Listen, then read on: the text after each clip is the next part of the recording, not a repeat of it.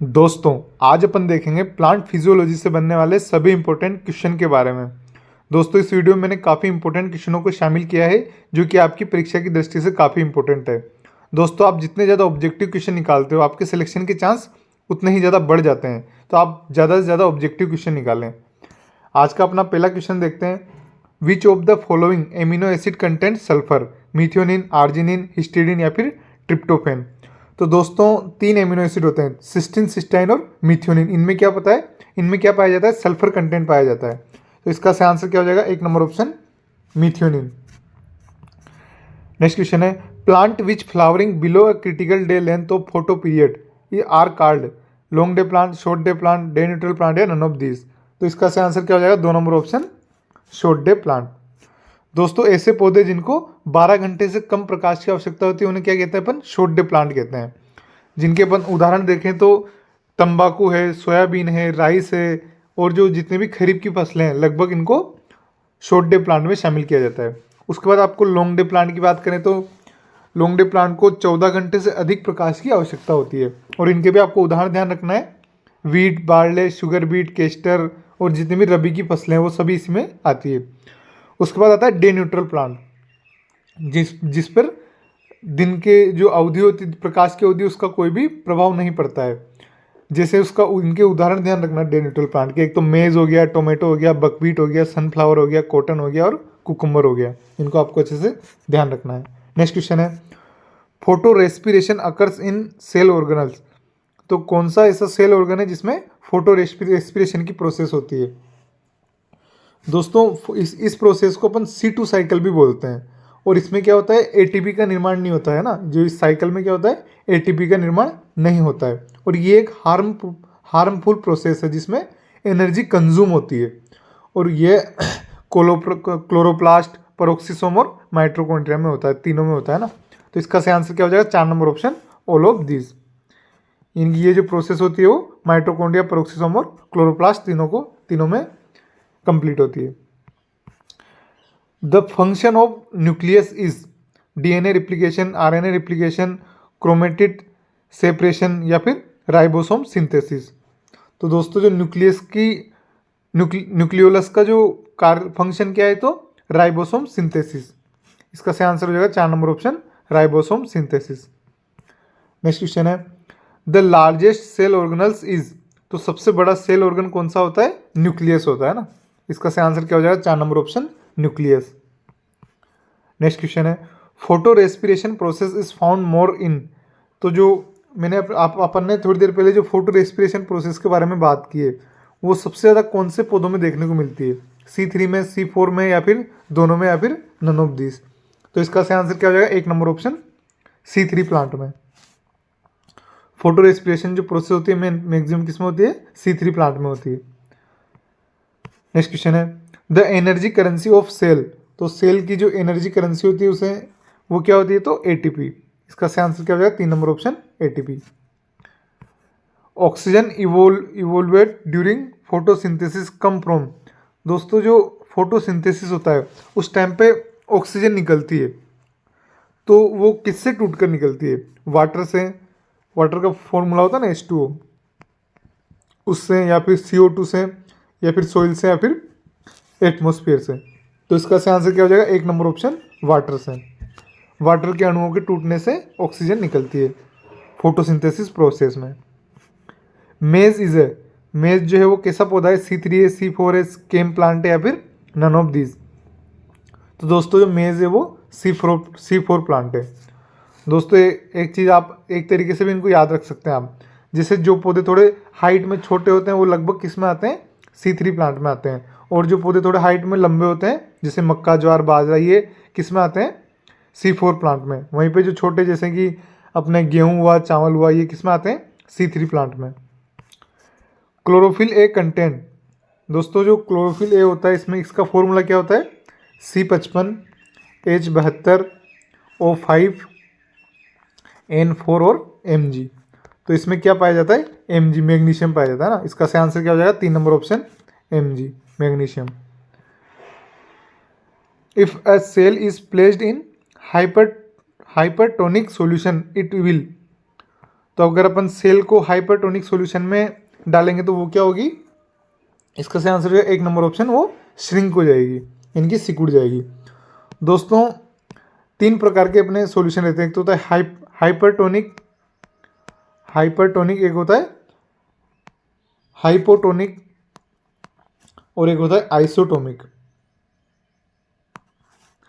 इन तीनों को आपको अच्छे से ध्यान रखना। एक तो होता है हाइपरटोनिक, जिसमें क्या होती है वो हाई कंसंट्रेटेड सॉल्यूशन होता है, और हाइपोटोनिक क्या होता है तो ये लो कंसंट्रेट सॉल्यूशन होता है, और जो आइसोटोनिक क्या होता है जिसमें जो न बहुत ज़्यादा कंसंट्रेशन कम वो ज़्यादा बिल्कुल बैलेंस रहता है ना, जिसे अपन आई ड्रॉप में काम, जैसे है ना, न तो बहुत ज़्यादा स्ट्रॉन्ग होता है न बहुत ज़्यादा वीक होता है, जैसे अपन आई ड्रॉप जो लेते हैं ना काम में, वो आइसोटोनिक का उदाहरण है। नेक्स्ट क्वेश्चन है C4 cycle of photosynthesis is also known as. तो C4 साइकिल को अपन एक और किस नाम से जानते हैं तो हेच एंड स्लेक साइकिल। दोस्तों हेच और स्लेक साइंटिस्ट ने इसको खोजा था, इसलिए इसको हेच एंड स्लेक साइकिल भी कहा जाता है। और इनकी जो C4 पौधे होते हैं, इनकी पत्तियों में क्रेंज एनाटोमी पाई जाती है, और इनमें जो फर्स्ट स्टेबल जो प्रोडक्ट बनता है वो कौन सा बनता है, ऑक्जेलिक एसिड बनता है, OA है ना, ऑक्जेलिक एसिटिक एसिड, ये इनमें, और मेलिक एसिड भी बनता है ना।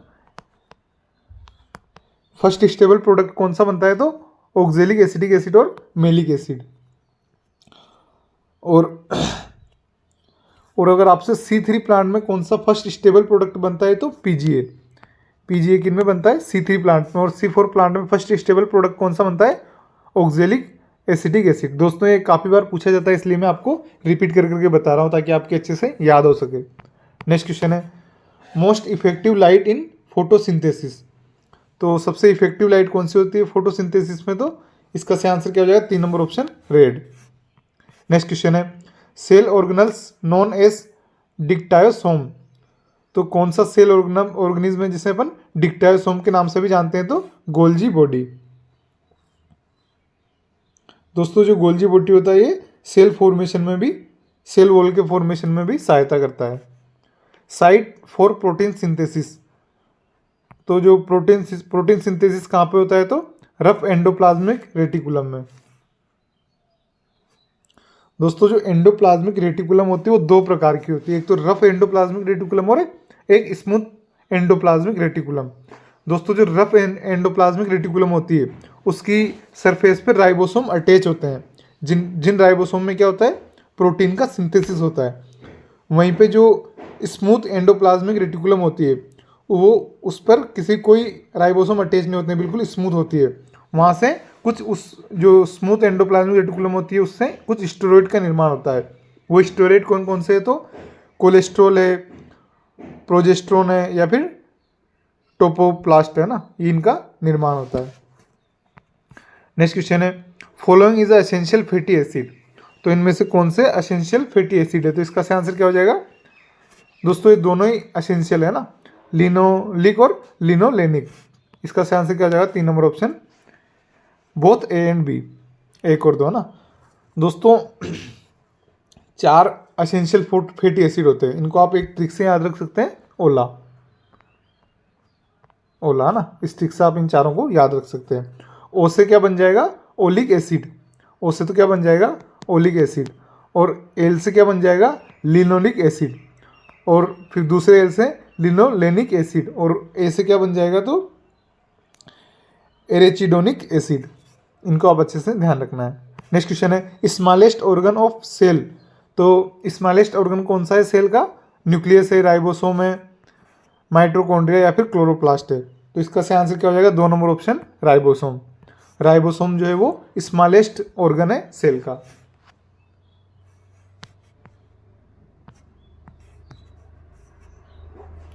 नेक्स्ट क्वेश्चन देखते हैं the most abundant protein enzyme found in plant.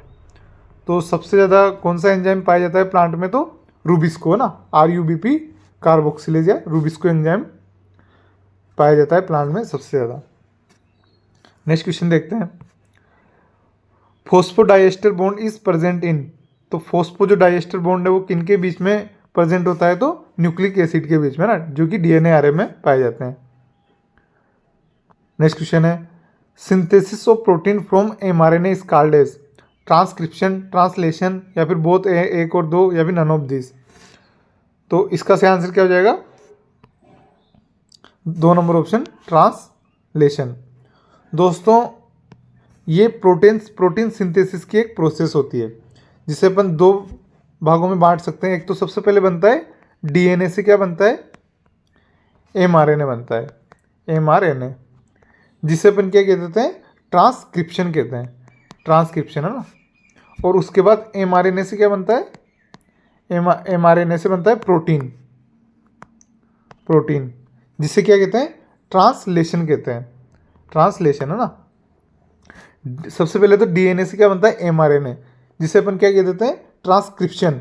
और उसके बाद एमआरएनए से बनता है प्रोटीन, जिसे अपन क्या कहते हैं? ट्रांसलेशन। ये क्या पूछ रहा है अपने को? एमआरएनए से प्रोटीन बनने का पूछ रहा है, तो इसका आंसर क्या हो जाएगा? ट्रांसलेशन। नेक्स्ट क्वेश्चन है cell theory was proposed by. तो जो सेल थ्योरी है वो किसने दी थी? स्लेडन एंड स्वान ने दी थी। इसका आंसर क्या हो जाएगा? 3 नंबर ऑप्शन, स्लेडन एंड स्वान। और ये कब दी थी? तो 1839 में दी थी। 1839 में स्लेडन स्वान ने सेल थ्योरी दी थी। नेक्स्ट क्वेश्चन है who coined the term cell. Cell term किसने दी थी? तो इसका आंसर क्या हो जाएगा? 3 नंबर ऑप्शन, रॉबर्ट हुक ने। नेक्स्ट क्वेश्चन देखते हैं दोस्तों। इसमें क्या मैंने कुछ जेनेटिक्स के क्वेश्चन भी डाल दिए हैं, तो आप इसमें जो कि काफ़ी आपकी एग्जाम की दृष्टि से काफ़ी इंपॉर्टेंट है। Amino acid are joined by. तो जो एमिनो एसिड जो होते हैं वो आपस में कौन से बॉन्ड के द्वारा जुड़े हुए होते हैं? तो इसका सही आंसर क्या हो जाएगा? 1 नंबर ऑप्शन, पेप्टाइड बॉन्ड के द्वारा ये आपस में जुड़े हुए होते हैं। नेक्स्ट क्वेश्चन है term enzyme was coined bye. तो जो एंजाइम जो टर्म है वो किसने दी थी? तो फ्रेडरिक डब्ल्यू कुहन ने इसको दिया था। इसका सही आंसर क्या हो जाएगा? 1 नंबर ऑप्शन, फ्रेडरिक डब्ल्यू कुहन, इन्होंने एंजाइम टर्म दी थी। नेक्स्ट क्वेश्चन है फॉलोइंग इज ए न्यूक्लियोसाइड। तो इनमें से कौन सा न्यूक्लियोसाइड है? तो इसका सही आंसर क्या हो जाएगा? 2 number option, adenosine. Next question है following is a termination codon. तो कौन सा जो है वो टर्मिनेशन कोडोन है? तो इसका सही आंसर क्या हो जाएगा? 4 नंबर ऑप्शन, UAG। दोस्तों जो टर्मिनेशन जो कोडोन होते हैं इनको अपन स्टॉप कोडोन के नाम से भी बोल सकते हैं ना, स्टॉप कोडोन। इन्हें अपन एक किस नाम से बुला सकते हैं? Stop codon. और ये 3 होते हैं, कौन कौन से होते हैं? UAA। दोस्तों आपको तीनों को ध्यान रखना है ना, UAA, UAG और एक होता है UGA। ठीक है, एक तो होता है UAA, एक होता है UAG और एक होता है UGA। ये तीनों क्या होते हैं? स्टॉप कोडोन यानी कि टर्मिनेशन कोडोन होते हैं। नेक्स्ट क्वेश्चन है kranz anatomy is a typical feature of. दोस्तों मैं पहले बता चुका हूं आपको, जो क्रेंज एनाटोमी है वो कौन से प्लांट का फीचर है? तो C4 प्लांट का। इसका सही आंसर क्या हो जाएगा? 2 number option, C4 plant. Next question है दोस्तों, अगर आपको क्वेश्चन अच्छे लग रहे हो तो इस वीडियो को लाइक करें और अपने दोस्तों के साथ शेयर जरूर करें। और अगर आपने हमारे चैनल को सब्सक्राइब नहीं किया है तो इसे सब्सक्राइब कर ले। Krebs cycle occurs in chloroplast, cytoplasm, mitochondria, matrix या फिर राइबोसोम। तो इसका सही आंसर क्या हो जाएगा? 3 नंबर ऑप्शन, माइटोकॉन्ड्रिया मैट्रिक्स। दोस्तों जो क्रेब्स साइकिल होती है वो कहाँ पे होती है? तो माइटोकॉन्ड्रिया की मैट्रिक्स में होती है। नेक्स्ट क्वेश्चन है what is the responsible for guttation. दोस्तों जो एक गटेशन की प्रोसेस होती है किसके कारण होती है? तो रूट प्रेशर के कारण। इसका सही आंसर तो क्या हो जाएगा? 2 नंबर ऑप्शन, रूट प्रेशर। दोस्तों इसमें होता क्या है कि रूट प्रेशर के कारण जल रंध्रों से साल्ट और मिनरल्स के साथ जल बाहर आता है। जो रूट प्रेशर होता है उसके कारण क्या होता है? जो जल रंध्र होते हैं उनसे साल्ट और मिनरल्स के साथ में जल बाहर आता है, जो कि सामान्यतः रात में होती है प्रोसेस, है ना। गटेशन की प्रोसेस कब होती है? रात में होती है। और जो इस टर्म है गटेशन, ये किसने दी थी? तो बर्गस्टीन ने दी थी, है ना, बर्गस्टीन, इन्होंने ये टर्म दी थी। नेक्स्ट क्वेश्चन है dry seed when placed in water swell up due to. तो अपन जो सूखे बीज होते हैं उनको अपन जब वाटर में डालते हैं तो वो स्वेल हो जाते हैं। वो किसके कारण होते हैं? तो इसका सही आंसर क्या हो जाएगा? 4 नंबर ऑप्शन, इम्बिबिशन प्रोसेस के द्वारा। वो पानी को सोख लेते हैं ना। नेक्स्ट क्वेश्चन है cell division is caused by the plant hormone. तो कौन सा प्लांट हार्मोन है जो सेल डिवीजन को बढ़ाता है? तो इसका सही आंसर क्या हो जाएगा? 2 नंबर ऑप्शन साइटोकाइनिन। और दोस्तों आपसे पूछे कि सेल की साइज को कौन बढ़ाता है? तो ऑक्सिन बढ़ाता है ना। और जिब्रेलिन है वो साइज भी बढ़ाता है और नंबर ऑफ कोशिका विभाजन को भी बढ़ाता है। इथाइलिन जो है वो फलों को पकाने में सहायक होता है। दोस्तों ऑक्सिन में एक चीज़ ध्यान रखें आप, जो ऑक्सिन होता है वो उसमें जो IAA होता है ये सिंथेटिक नहीं होकर नेचुरल ऑक्सिन होता है। नेक्स्ट क्वेश्चन है which element play important role in auxin biosynthesis. कौन सा एलिमेंट है जो ऑक्सिन बायोसिंथेसिस में इंपॉर्टेंट रोल प्ले करता है? तो इसका सही आंसर हो जाएगा 1 number option zinc. The following is a stress hormone. तो किसको अपन स्ट्रेस हार्मोन कह सकते हैं? तो इसका सही आंसर हो जाएगा 1 नंबर ऑप्शन एब्सिसिक एसिड। दोस्तों जब स्ट्रेस कंडीशन होती है जैसे कि सूखा पड़ना, बहुत ज़्यादा वर्षा होना, ऐसी कंडीशन में क्या होता है?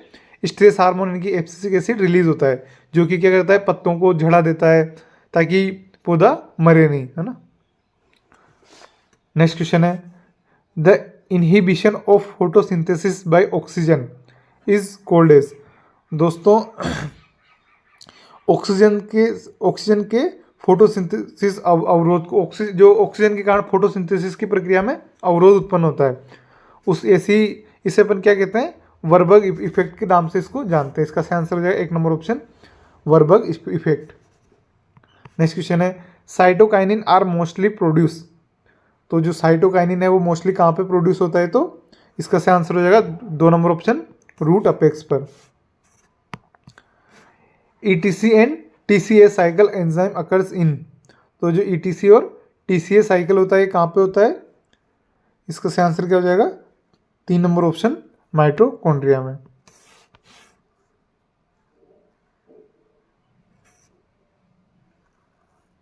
नेक्स्ट क्वेश्चन है adenine of DNA is equimolar with. तो जो एडेनिन है वो किसके साथ जुड़ता है? तो इसका सही आंसर क्या हो जाएगा? थाइमिन। दोस्तों मैं इनको आपको अच्छे से बताता हूँ ना। जो नाइट्रोजन बेस होते हैं ना, नाइट्रोजन बेस वो 2 प्रकार के होते हैं। कौन कौन से होते हैं? एक तो होता है प्यूरिन होता है और एक पिरिमिडिन होता है ना, पायरेमिडिन। एक तो होता है प्यूरिन और एक होता है पायरेमिडिन। दोस्तों प्यूरिन में कौन कौन से नाइट्रोजन बेस आते हैं? तो एडेनिन आता है और ग्वानिन आता है। और पायरेमिडिन में कौन कौन से आते हैं? थाइमिन और साइटोकाइनिन आते हैं। दोस्तों ये DNA में रहते हैं। और जो RNA में जो होता है वो थाइमिन की जगह यूरेसिल रहता है। आपको ध्यान रखना है। प्यूरिन में कौन कौन से आते हैं? एडेनिन और ग्वानिन। और पायरेमिडिन में कौन कौन से आते हैं? थाइमिन और साइटोकाइनिन। और जो RNA होता है उसमें थाइमिन की जगह क्या होता है? यूरेसिल होता है। और एक और चीज़ आपको ध्यान रखनी है दोस्तों, एडेनिन जो होता है वो थाइमिन के साथ बॉन्ड बनाता है। और कितने बॉन्ड बनाता है? 2 बॉन्ड बनाता है। और जो ग्वाइनिन होता है वो साइटोकाइनिन के साथ बॉन्ड बनाता है और कितने बनाता है? 3 बनाता है। ये भी आप अच्छे से ध्यान रखें। नेक्स्ट क्वेश्चन है DNA does not contain the base. तो DNA में कौन सा नाइट्रोजन बेस नहीं पाया जाता है? तो इसका सही आंसर क्या हो जाए? 4 नंबर ऑप्शन यूरेसिल। ये RNA में पाया जाता है ना। नेक्स्ट क्वेश्चन है cactus is modified for mop. जो कैक्टस होता है वो किसका मॉडिफिकेशन होता है? तो इसका सही आंसर क्या हो जाएगा? 2 नंबर ऑप्शन स्टेम। दोस्तों आप कंफ्यूज मत हो ना, जो कैक्टस जो होता है वो किसका मॉडिफिकेशन होता है? तो स्टेम का होता है। और उसमें जो कांटे होते हैं वो पत्तियों के रूपांतरण होता है ना। जो पत्तियां होती है वो कांटों में मॉडिफाइड होती है और जो स्टेम होता है वो कैक्टस बन जाता है, फूल जाता है स्टेम, है ना। थ्योरी ऑफ नेचुरल सिलेक्शन या फिर क्लासिफिकेशन वाज गिवन बाय। ये थ्योरी किसने दी थी? तो डार्विन, लेमार्क, बेथम एंड होकर या फिर नन ऑफ दिस। बेंथम या होकर या फिर नन ऑफ दिस। तो इसका सही आंसर क्या हो जाएगा? 1 नंबर ऑप्शन डार्विन ने। जो नेचुरल सिलेक्शन की थ्योरी किसने दी थी? डार्विन ने दी थी। Sweet potato is a modified of. जो स्वीट पोटैटो है वो एडवेंशियस रूट का मॉडिफिकेशन होता है। और दोस्तों आपसे आलू का पूछ ले तो वो स्टेम का मॉडिफिकेशन है ना। Water potential of pure water. जो प्योर वाटर होता है उसका वाटर पोटेंशियल कितना होता है? तो इसका सही आंसर क्या हो जाएगा? 1 नंबर ऑप्शन 0। प्योर वाटर का वाटर पोटेंशियल कितना होता है? 0 होता है। नेक्स्ट क्वेश्चन है which of the following is not a synthetic oxygen. दोस्तों विच लिखा हुआ है ना, विच। तो इनमें से कौन सा जो है वो नॉट सिंथेटिक ऑक्सीजन, यानी कि नेचुरल ऑक्सीजन कौन सा है? तो इसका सही आंसर क्या हो जाएगा? 3 नंबर ऑप्शन IA। बाकी ये तीनों ही जो है वो सिंथेटिक ऑक्सीजन है जिनको अपन बाहर लैब में बना सकते हैं, लेकिन IA वो सिर्फ पौधों में बनता है, नेचुरल है। एंड प्रोडक्ट ऑफ ग्लाइकोलाइसिस, जो ग्लाइकोलाइसिस की जो प्रोसेस होती है उसमें एंड प्रोडक्ट क्या बनता है? तो इसका सही आंसर हो जाएगा 1 number option pyruvic acid. Kranz anatomy is typically feature of, जो क्रेंज एनाटोमी है वो किस में पाई जाती है? तो इसका सही आंसर क्या हो जाएगा? 2 नंबर ऑप्शन C4 प्लांट की पत्तियों में देखने को मिलती है। नेक्स्ट क्वेश्चन है generally pulses are deficit in. तो दोस्तों जनरली जो पल्सेस होती है वो उनमें काय की कमी पाई जाती है? तो मीथियोनिन और ट्रिप्सिन की उनमें कमी पाई जाती है, इसलिए इसका सही आंसर क्या हो जाएगा? 4 नंबर ऑप्शन 2 व 3 दोनों। दोस्तों आपको और भी चीज़ें ध्यान रखनी, जैसे सीरियल्स में कौन से एमिनो एसिड की कमी पाई जाती है? तो लाइसिन की। और लीफी वेजिटेबल में मीथियोनिन की, और ऑयल सीड वेजिटेबल में लाइसिन की कमी पाई जाती है। नेक्स्ट क्वेश्चन है which amino acid is precursor for ethylene biosynthesis. तो कौन सा एमिनो एसिड है जो इथाइलिन के बायोसिंथेसिस के लिए प्रिकर्सर का काम करता है? तो इसका सही आंसर हो जाएगा 4 number option methionine. Next question है generally leafy vegetable are deficit in. तो जनरली जो लीफी वेजिटेबल होती है उनमें किसकी कमी पाई जाती है? तो इसका सही आंसर हो जाएगा 1 number option methionine. Next question है mostly oil seed are deficit in lysine, methionine, trypsin या थीरोनिन। तो इसका सही आंसर क्या हो जाएगा? 1 number option lysine. Next question है sleep disease of flower is a hormonal disease due to cytokinin, ethylene, auxin या GA3। तो इसका सही आंसर हो जाएगा 2 नंबर ऑप्शन इथाइलिन। दोस्तों इथाइलिन के कारण जो होता है वो स्लिप डिजीज होती है फ्लावर में, जिसके कारण वो क्या होता है? मुरझा कर पूरे ही मुरझा जाता है ना। An instrument use for growth of plant measure in second. तो कौन सा इंस्ट्रूमेंट है जिसको प्लांट की ग्रोथ को नापने के लिए काम में लेते हैं? तो इसका सही आंसर क्या हो जाएगा? क्रिस्कोग्राफ है ना, 2 नंबर ऑप्शन इसका सही हो जाएगा। नेक्स्ट क्वेश्चन है vernalisation term was coined bye. तो जो वर्नालाइजेशन की जो टर्म है वो किसने दी थी? तो लाइसेनको ने दी थी। दोस्तों अभी तक आपने इस वीडियो को लाइक नहीं किया है तो इसे लाइक कर दे, और अगर आपको क्वेश्चन अच्छे लग रहे हो तो इस चैनल को अपना सब्सक्राइब कर लें। जो वर्नालाइजेशन जो टर्म है वो किसने दी थी? तो लाइसेनको ने इसको दिया था। नेक्स्ट क्वेश्चन है head quarter of Indian journal of plant physiology.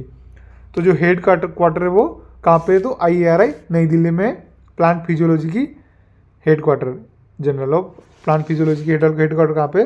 IARI नई Delhi. Which of the following plant show maximum rate of photosynthesis.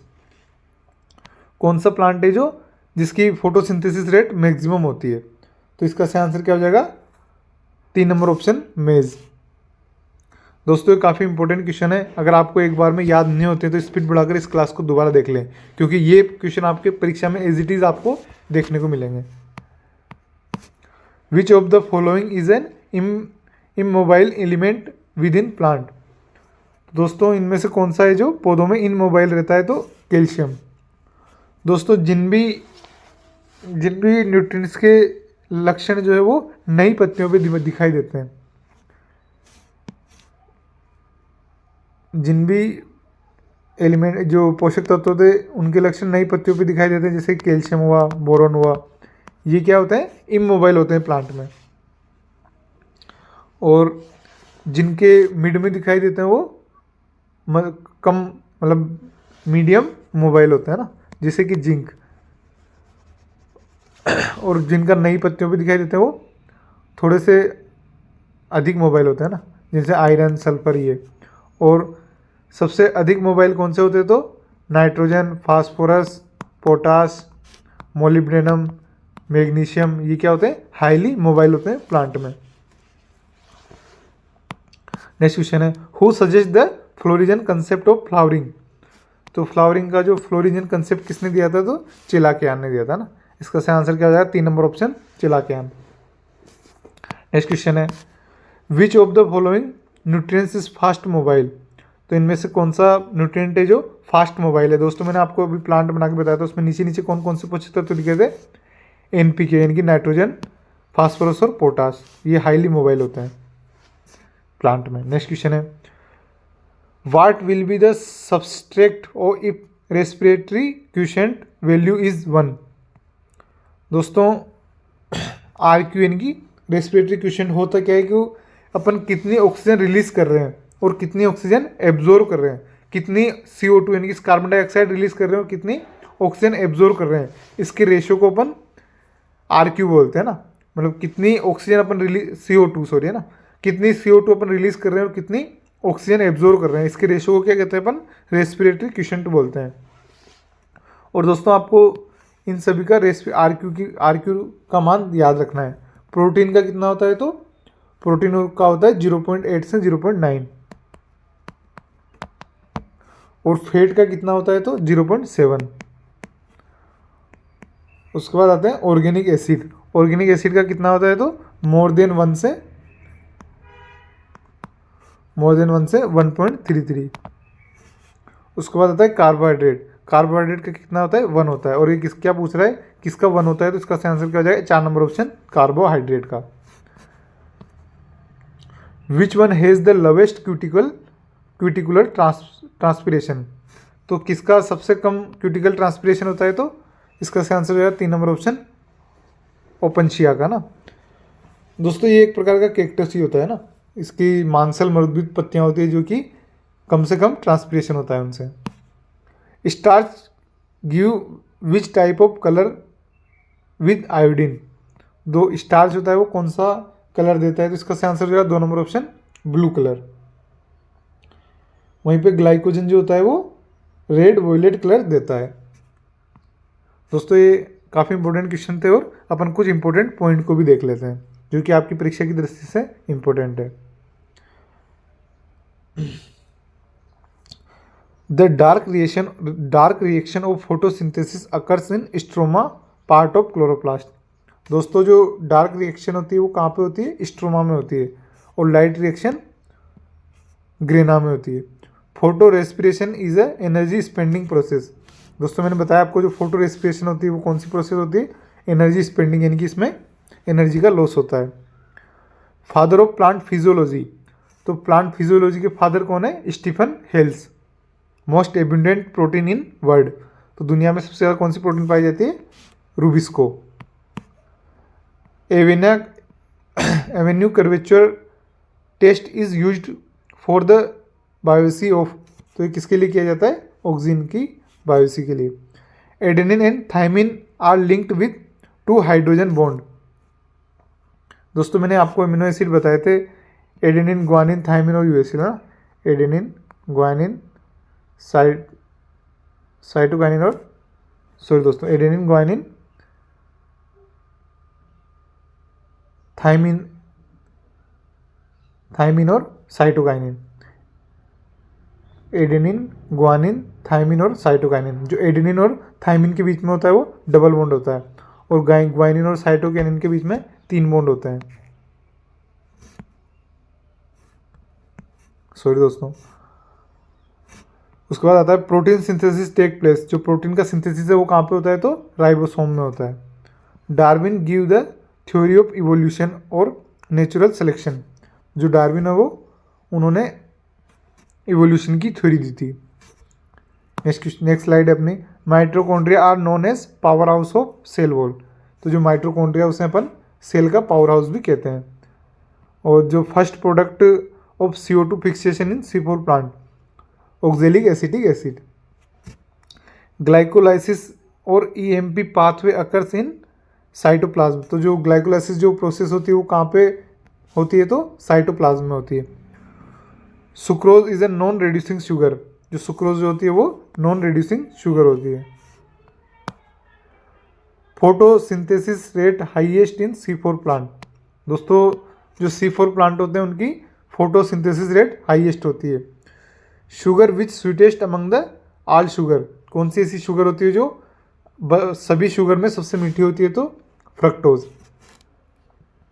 1 molecule of glucose is produce, तो एक जो ग्लूकोज का मॉलिक्यूल होता है उससे कितने किलो कैलोरी एनर्जी प्रोड्यूस होती है? तो 686 किलो कैलोरी एनर्जी प्रोड्यूस होती है। हाईएस्ट वाटर एफिशिएंसी ऑर्डर किसका होता है? तो केम प्लांट का। उसके बाद C4 और C3। नेक्स्ट है लॉक एंड की मॉडल वाज प्रपोज्ड बाय, तो लॉक और की मॉडल किसने दिया था? फिशर ने दिया था।